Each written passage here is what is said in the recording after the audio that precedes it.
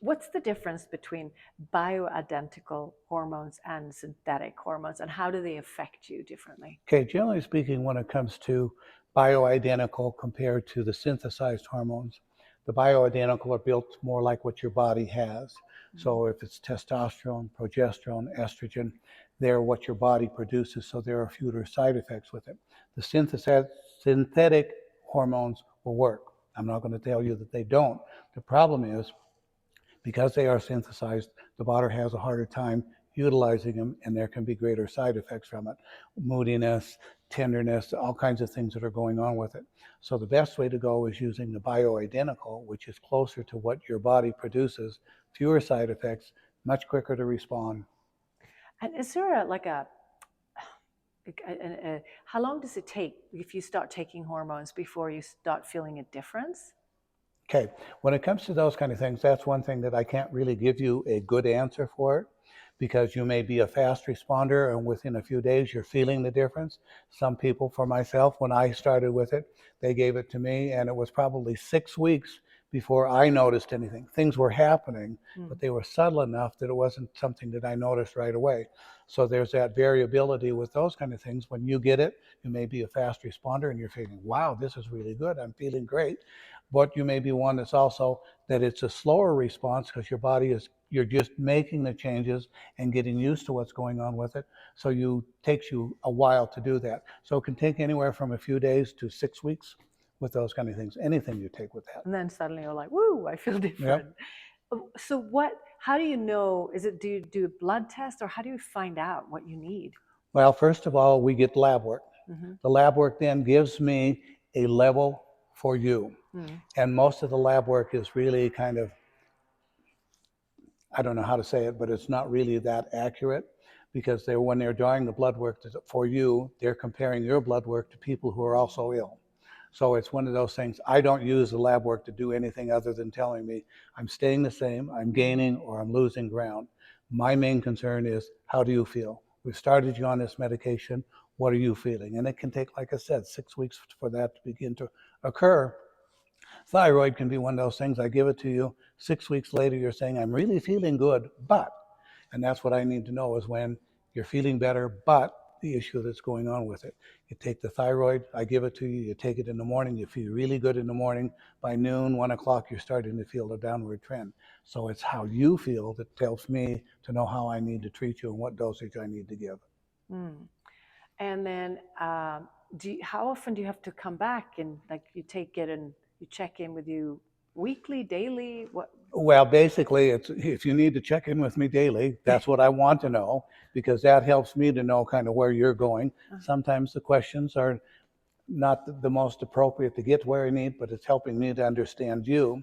But the big thing is, when you're taking those kind of things, when we first start with you, if we're doing pellet implants, I tell you it's going to take at least 2 implants to get to know where you're at with that, because it's going to take you a while. And how long is that? 2 pellet implants? Well, it can be anywhere from 3 to 6 months, depending on the individual.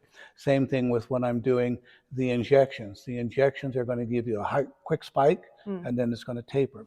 And I need to know from the time you get the spike, how long is the taper going to take? Is it going to be 2 to 3 days? Is it going to be 4 to 5 days? Is it going to be a week?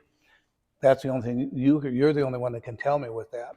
And so I have to adjust the dosage with that. The treatment, I tell people, is usually going to take about a year to 18 months to finally find out what's working for you, how it's working on you, what are the side effects, those kind of things. And then once we've gotten to that point and everything's leveled out and you're regulated, then I just follow you on a yearly basis and keep things going, unless you start having symptoms again.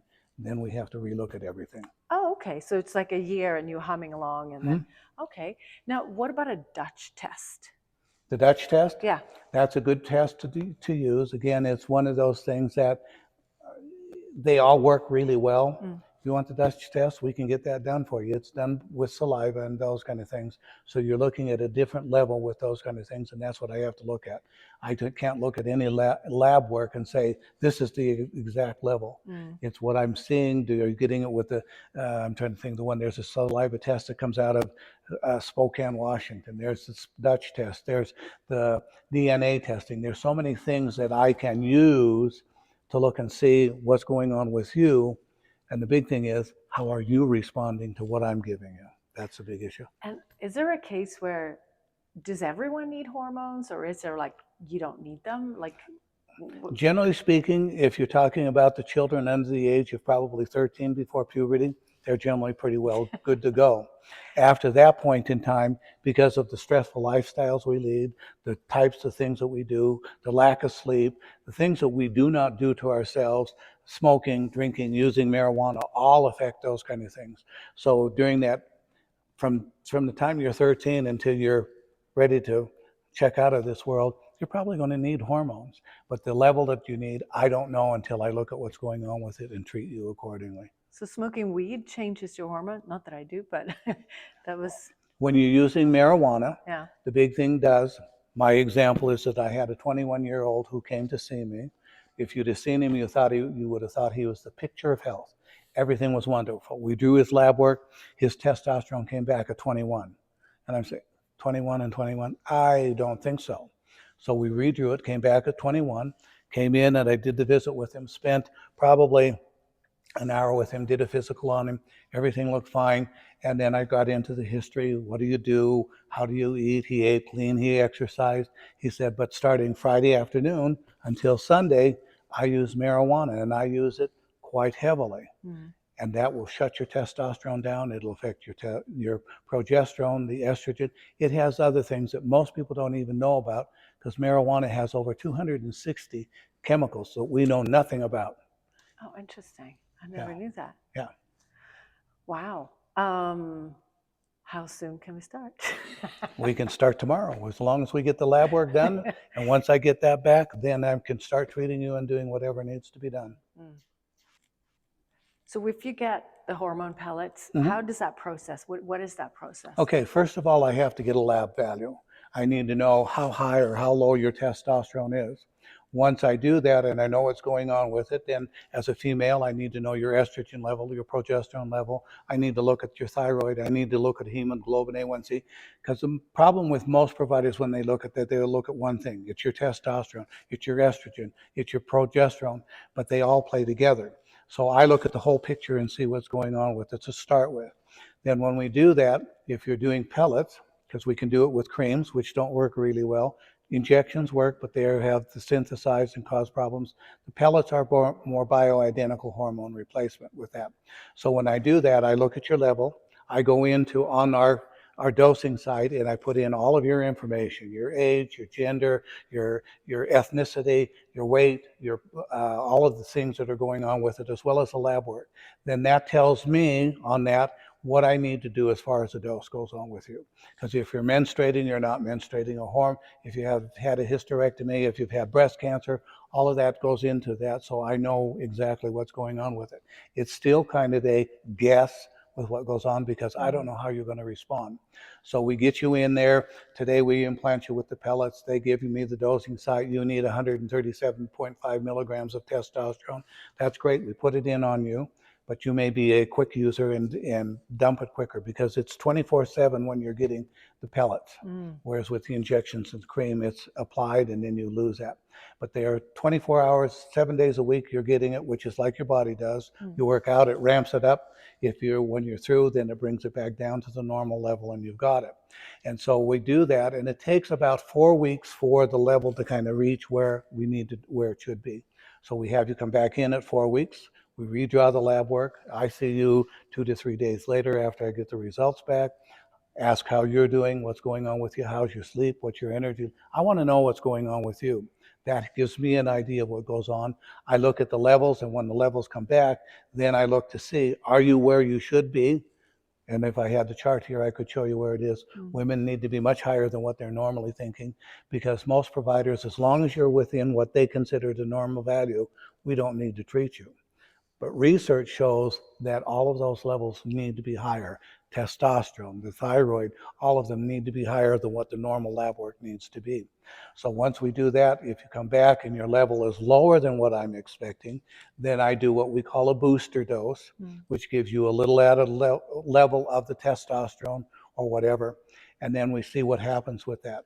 The starting time for the next implant begins at the day that I implanted you, not from the time that I do the booster dose, because that's giving you a higher level, and it's how you feel.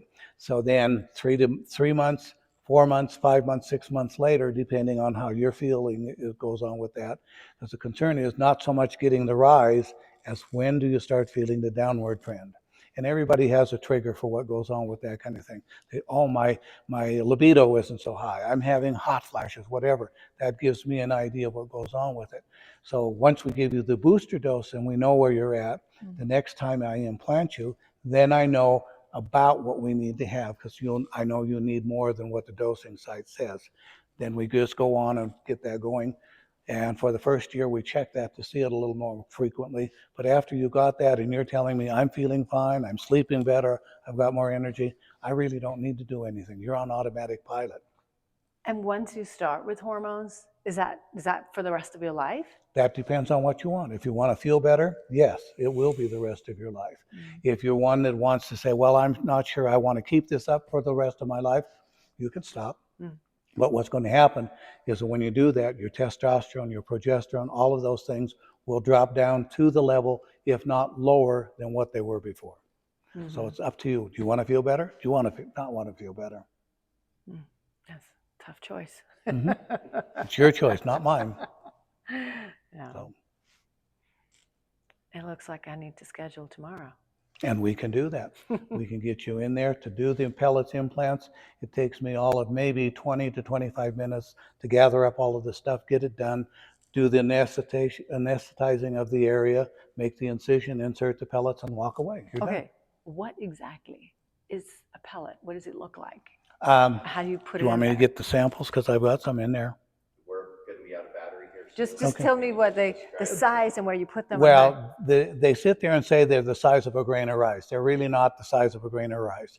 For men, they're about a ½ inch long, and they're maybe never seen a rice like that. an eighth of an inch in diameter. For women, they're about the same length, but much smaller, because they come in smaller doses with those kind of things. So what I do for a man, they're implanted in the flank area. For a woman, they're implanted in the upper gluteal area. Make a small incision, or use a trocar that I put into there. It's blunt, so it causes little trauma.